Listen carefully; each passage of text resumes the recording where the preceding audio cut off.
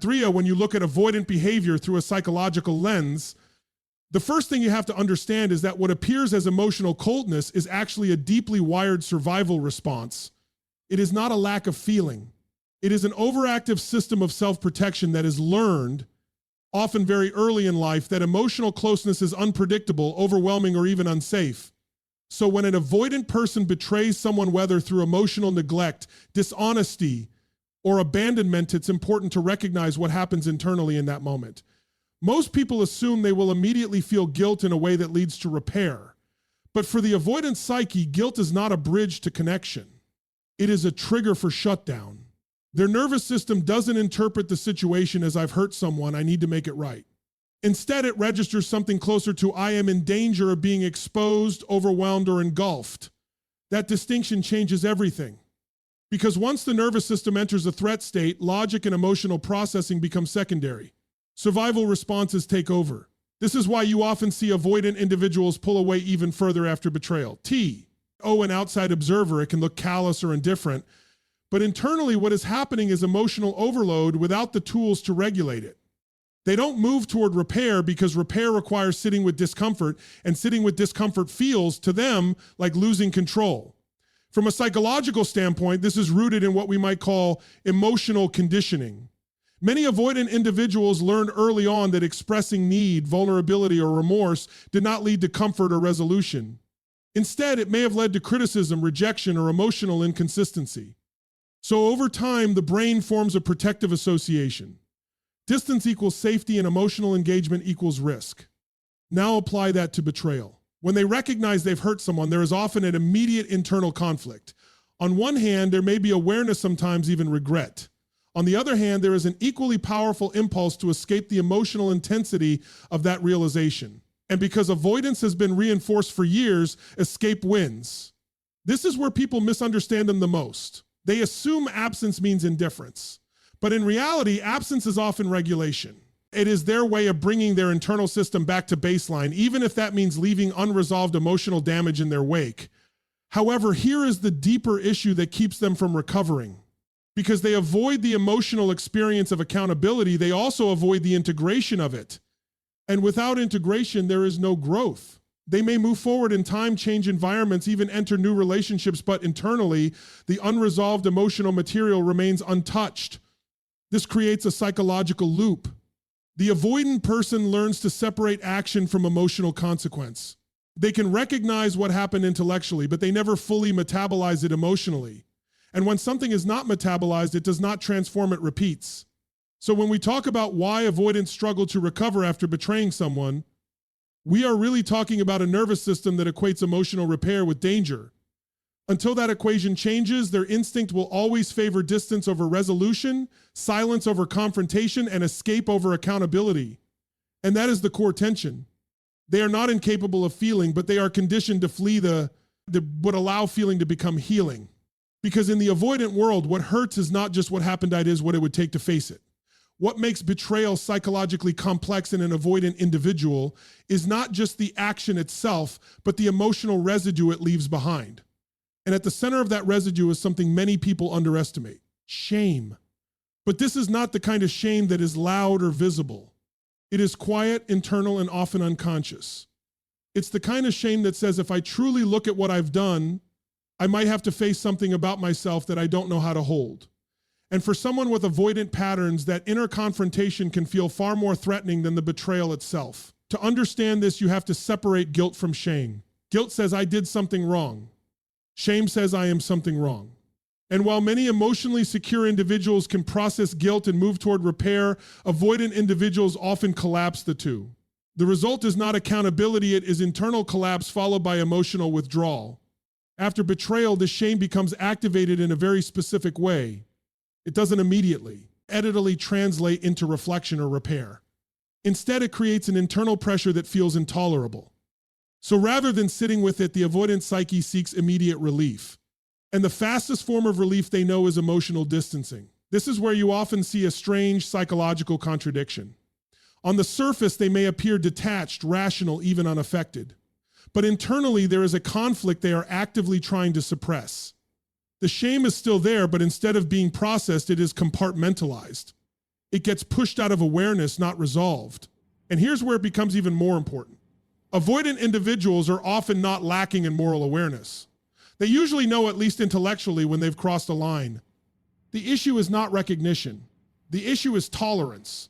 They cannot tolerate staying in the emotional space that recognition creates. So what happens instead is a kind of psychological splitting. One part of them understands the impact of their actions. Another part immediately constructs distance from that understanding in order to preserve internal stability.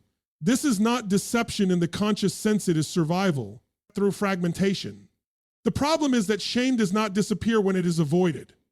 It lingers beneath the surface, shaping behavior in indirect ways. It can show up as irritability, numbness, over-intellectualization, or even sudden disengagement from relationships that begin to feel emotionally too close. Because closeness in this state is not experienced as safety, yet is experienced as exposure. And exposure is exactly what shame tries to prevent. So instead of moving toward repair, the avoidant individual often moves toward self-protection. They may rationalize their behavior, minimize its impact, or convince themselves that distance is the most mature solution. But underneath those narratives, the unresolved emotional weight remains untouched. This is why recovery after betrayal is so difficult for them. Not because they lack awareness, but because awareness itself becomes emotionally overwhelming when it is not paired with regulation skills. Without the ability to sit with shame without collapsing into it, they unconsciously choose avoidance as a way to maintain psychological equilibrium.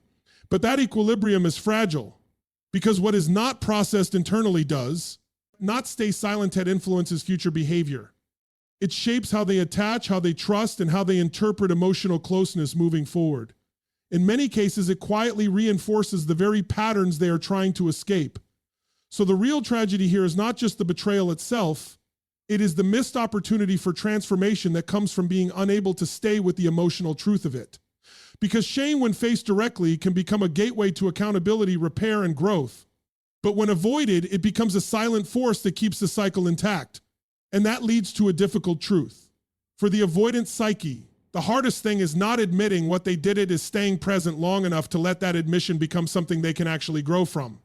Because until shame is faced, it doesn't disappear. It just changes shape and continues to quietly guide everything they try to leave behind. One of the most misunderstood patterns in avoidant psychology is the belief that emotional distance automatically leads to resolution. On the surface, it can look logical. If something feels overwhelming, step back. If emotions are intense, create space. If conflict sees reduce exposure. And in many areas of life, that strategy works. But when it comes to emotional injury, especially betrayal, that same strategy becomes the very mechanism that prevents healing from ever taking place. Avoidant individuals often confuse distance with clarity. They assume that if enough time passes without emotional engagement, the intensity of the situation will naturally dissolve. And in some superficial sense, that's true. The nervous system does calm down. The emotional activation fades. But what fades is not resolution, is awareness. This is where the illusion begins. From the outside, it can appear as though things are getting better simply because the emotional volatility has decreased. But internally, nothing has actually been integrated. The experience has not been processed, understood, or metabolized. It has simply been moved out of conscious attention. And in psychology, what is not consciously processed does not disappear, it gets stored. So when an avoidant person withdraws after betrayal, they are not engaging in repair. They are engaging in emotional postponement. They are essentially telling their nervous system, we will deal with this later. Without realizing that later rarely arrives in a structured emotional form. Instead, life continues, distractions accumulate, and the unresolved emotional material becomes background noise rather than a focal point for growth. The deeper issue is that avoidant individuals often rely on external time rather than internal processing. They believe that time itself is the healer, but time is only a container. It does not do the psychological work for you. It simply provides space in which that work can either happen or be avoided indefinitely. So when they step away from someone they've hurt, they may genuinely feel that they are giving the situation room to settle. But what they are actually doing is removing themselves from the very conditions required for accountability: presence, discomfort, and emotional engagement. And without those conditions, there is no true resolution. This is why you often see a paradoxical pattern in avoidant dynamics. After conflict or betrayal, they may appear calmer, more composed, even more functional. But that composure is not evidence of healing, it is evidence of disconnection. They are no longer in contact with the emotional charge of the situation, which creates the illusion of stability. However, unresolved emotional experiences do not remain static. They influence perception in subtle ways.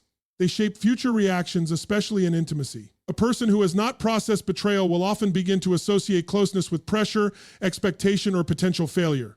And so instead of returning to repair, they unconsciously reinforce distance as a protective reflex.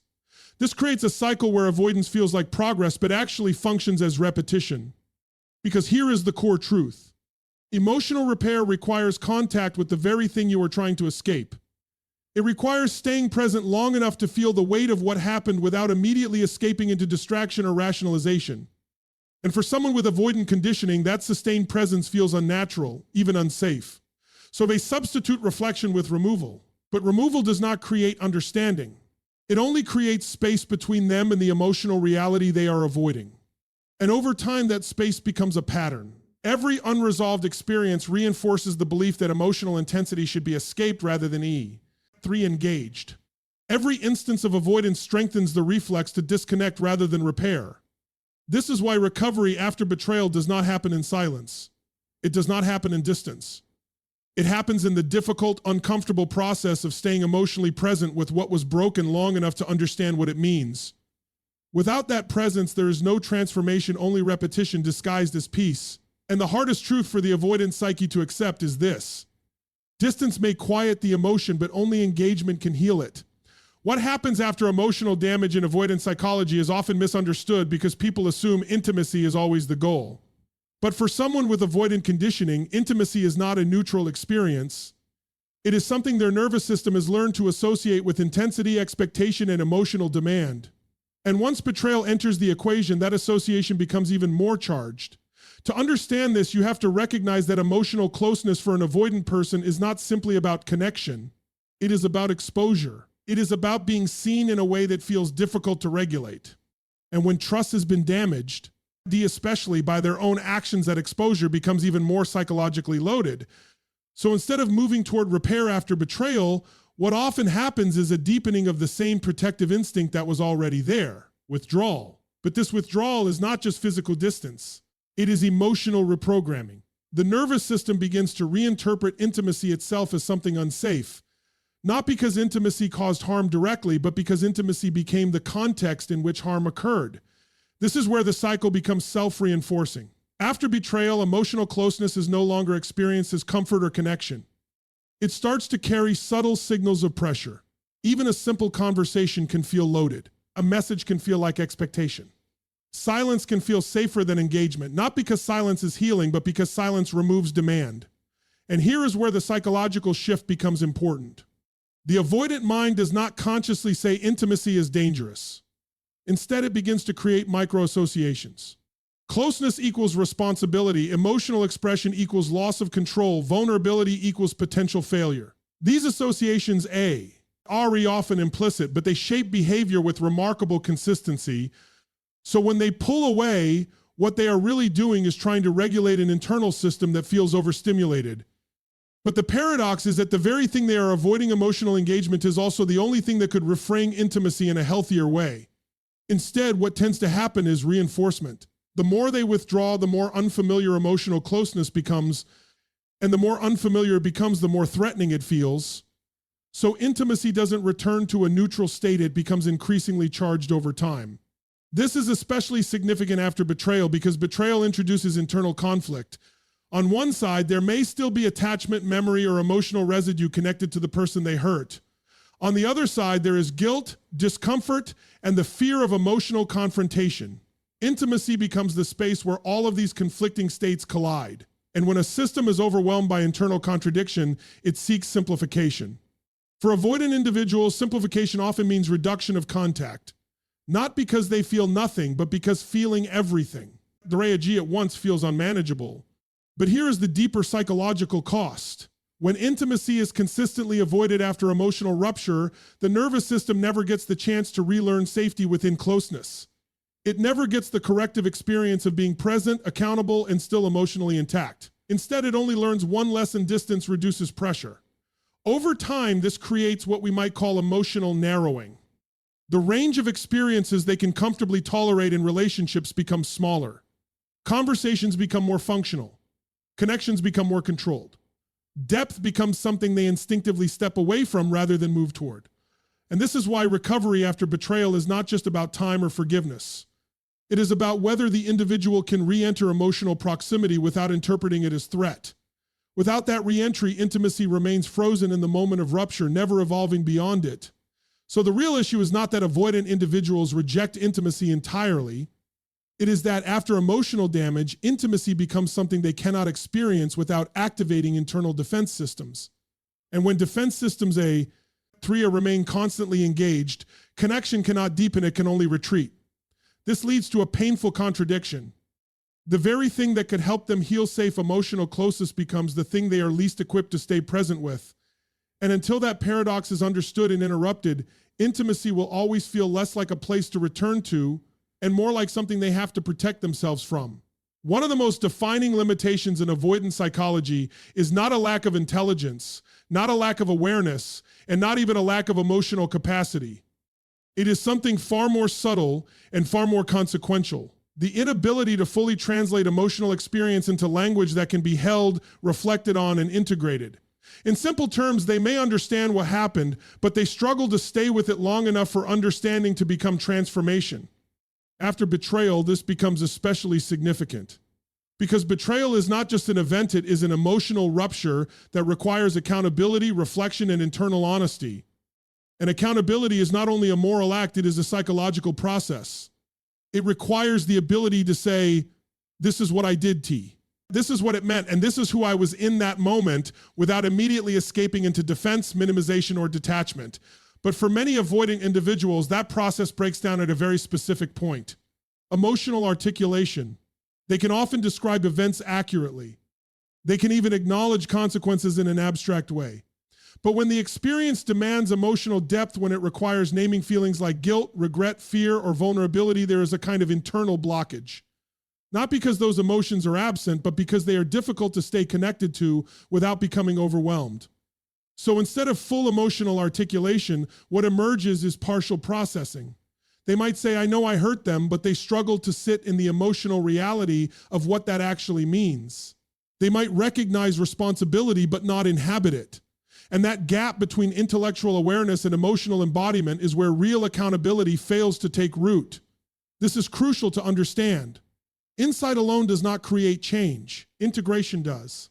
And integration requires emotional vocabulary that is not just spoken but felt while being spoken. Without that, what often develops is what we could call intellectual distancing. The mind takes over the process that the emotional system cannot complete. So instead of feeling their way through the consequences of their actions, they think their way around them. They analyze, rationalize, or contextualize the situation in ways that reduce emotional intensity. And while this may temporarily stabilize their internal state, it also prevents deep resolution. Because here is the psychological truth. Emotions that are not fully experienced do not become resolved through explanation. They become suspended. And suspended emotions continue to influence behavior in indirect ways, especially in relationships where similar emotional dynamics reappear. So after betrayal, the avoidant individual may believe they have understood what went wrong. They may even believe they have grown. But if that understanding has not passed through emotional engagement, if it has not been felt in the body, processed in reflection, and held without escape, then it remains incomplete. This is why patterns repeat. Not because there is no awareness, but because awareness is not fully embodied. And there is another layer here. 3 is often overlooked. Emotional vocabulary is not just about naming feelings. It is about tolerating the presence of those feelings long enough for them to lose their destabilizing power. When someone cannot stay with guilt, they cannot transform it into accountability. When they cannot stay with regret, they cannot turn it into repair. When they cannot stay with vulnerability, they cannot turn it into connection. So instead, they unconsciously avoid the full emotional spectrum required for healing. This creates a kind of emotional fragmentation. One part of them knows what happened. Another part distances from what it means. And without the bridge between those two states, there is no cohesive internal narrative that supports growth. This is why recovery after betrayal often stalls at a surface level. Function continues. Life moves forward. But the emotional core of the experience remains unprocessed, quietly shaping future interactions in ways that are difficult to see but deeply felt. Because when emotional language fails to integrate experience, the past does not become wisdom, it becomes pattern. And until that internal translation is completed, the avoidant psyche remains caught. In a cycle where understanding exists, but transformation does not. And the final truth is this: what cannot be fully named emotionally cannot be fully released psychologically. When you bring all of this together, there is one final state that quietly defines the avoidant response after betrayal, and it is often the least visible but the most psychologically significant: emotional freeze. This is not the same as simple avoidance, and it is not the same as emotional indifference. Freeze is what happens when the nervous system is caught between two opposing forces it cannot resolve. On one side, there is the awareness of emotional consequence: what happened, what was lost, what was damaged. On the other side, there is the inability to stay present with that awareness long enough to process it without becoming overwhelmed. So instead of moving forward through repair or backward into reflection, the system suspends itself. It neither fully engages nor fully releases. It exists in a kind of psychological limbo. From the outside, this can be mistaken for calmness or detachment. The person may seem composed, even unaffected. But internally, it is not calm, it is containment, a tightly controlled emotional state where anything too intense is kept at a distance just to maintain stability. And here is where it becomes important to understand the deeper mechanism. Freeze is not a choice. It is a protective adaptation. When emotional intensity exceeds a person's capacity to process it, the system does not continue to escalate, it shuts down depth. It reduces emotional access in order to preserve functioning. So after betrayal, especially when the avoidant individual is both the one who caused harm and the one facing internal conflict, the emotional system often reaches a threshold. Repair would require confrontation with guilt, shame, responsibility, and vulnerability all at once. And if those emotional states have historically been unsafe or unmanageable, the system does not move toward them, it locks into stillness. But this stillness comes at a cost, because what looks like stability on the surface is actually a lack of movement in the emotional system. There is no processing, no integration, no internal resolution. There is simply suspension. And suspended emotional experiences do not fade, they linger beneath awareness, shaping perception in subtle but persistent way. 3. Yes. This is why avoidant individuals often appear stuck after betrayal, even if they continue functioning in daily life. They are not actively healing, but they are also not consciously resisting healing. They are simply frozen at the point where emotional engagement became too complex to navigate. And in this state, time does something very specific. Instead of healing the wound, it preserves it in a static form. The emotional experience becomes fixed rather than transformed. It does not evolve into insight or closure. It becomes a reference point that quietly influences future relational behavior. You often see this in how they approach new intimacy. There is hesitation, controlled engagement, or sudden withdrawal when emotional closeness reaches a certain depth. Not because they consciously associate every new relationship with the past, but because the unresolved emotional material has never been fully integrated. So the system reacts as if the danger is still present. This is the paradox of freeze. Externally, life continues. Internally, something remains unresolved in suspension. And the longer that suspension lasts, the more normalized it feels. The person adapts around the threes rather than resolving it, building patterns of behavior that accommodate emotional limitation rather than expanding beyond it. But here is the deeper psychological reality. Freeze is not permanent unless it is reinforced. It is a state, not an identity. And states can change when the system learns that emotional presence does not lead to collapse, but to resolution. However, without that corrective experience, the avoidant individual remains caught in a loop where emotional intensity automatically triggers withdrawal, and withdrawal prevents the very processing that would make emotional intensity tolerable in the future. So recovery after betrayal does not fail because nothing is happening. It fails because too much is happening internally without resolution. Everything is held, but nothing is released. Everything is known, but nothing is integrated. And this is the final contradiction. They are not absent from their emotional world, they are paused inside it. Because in the end, freeze is not the absence of feeling. It is the inability to let feeling complete its journey. When you step back and look at everything we've explored, a clear psychological pattern emerges. Avoidant to individuals don't fail to recover after betrayal because they lack awareness, morality, or even emotional depth. They struggle because their entire internal system is organized around one principle: self-protection through distance. But betrayal creates a situation where distance no longer solves the problem, it only delays it. The emotions that are avoided do not disappear. The shame that is bypassed does not dissolve. The responsibility that is intellectually understood but not emotionally integrated continues to live beneath the surface, shaping behavior in subtle but powerful ways. So what looks like recovery from the outside is often just adaptation. What looks like calm is often emotional disconnection. What looks like moving on is often emotional suspension. And what looks like strength is sometimes just the absence of engagement with unresolved inner conflict. The real tragedy is not that avoidant individuals cannot feel it, is that they are often stuck in a loop where feeling is immediately followed by withdrawal. And when withdrawal becomes the default response to emotional intensity, growth becomes extremely limited. Because growth does not happen in avoidance. It happened in contact with truth, with discomfort, and with responsibility. Without that contact, they remain caught in the same internal cycle. Awareness without integration, insight without embodiment, and emotion without completion. And that cycle quietly repeats itself in every relationship that requires depth. But there is also a deeper truth here that is often missed. The very system that protects them from emotional overwhelm is the same system that prevents emotional healing. The distance that feels safe is also the distance that keeps them from resolving what hurts. And over time, that unresolved space doesn't just sit still, it shapes how they love, how they trust, and how they disconnect.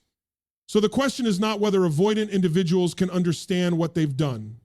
The real question is whether they can stay present long enough with that understanding for it to transform them. Because until emotional experience is fully faced, not analyzed, not escaped, but truly lived through, it does not become wisdom.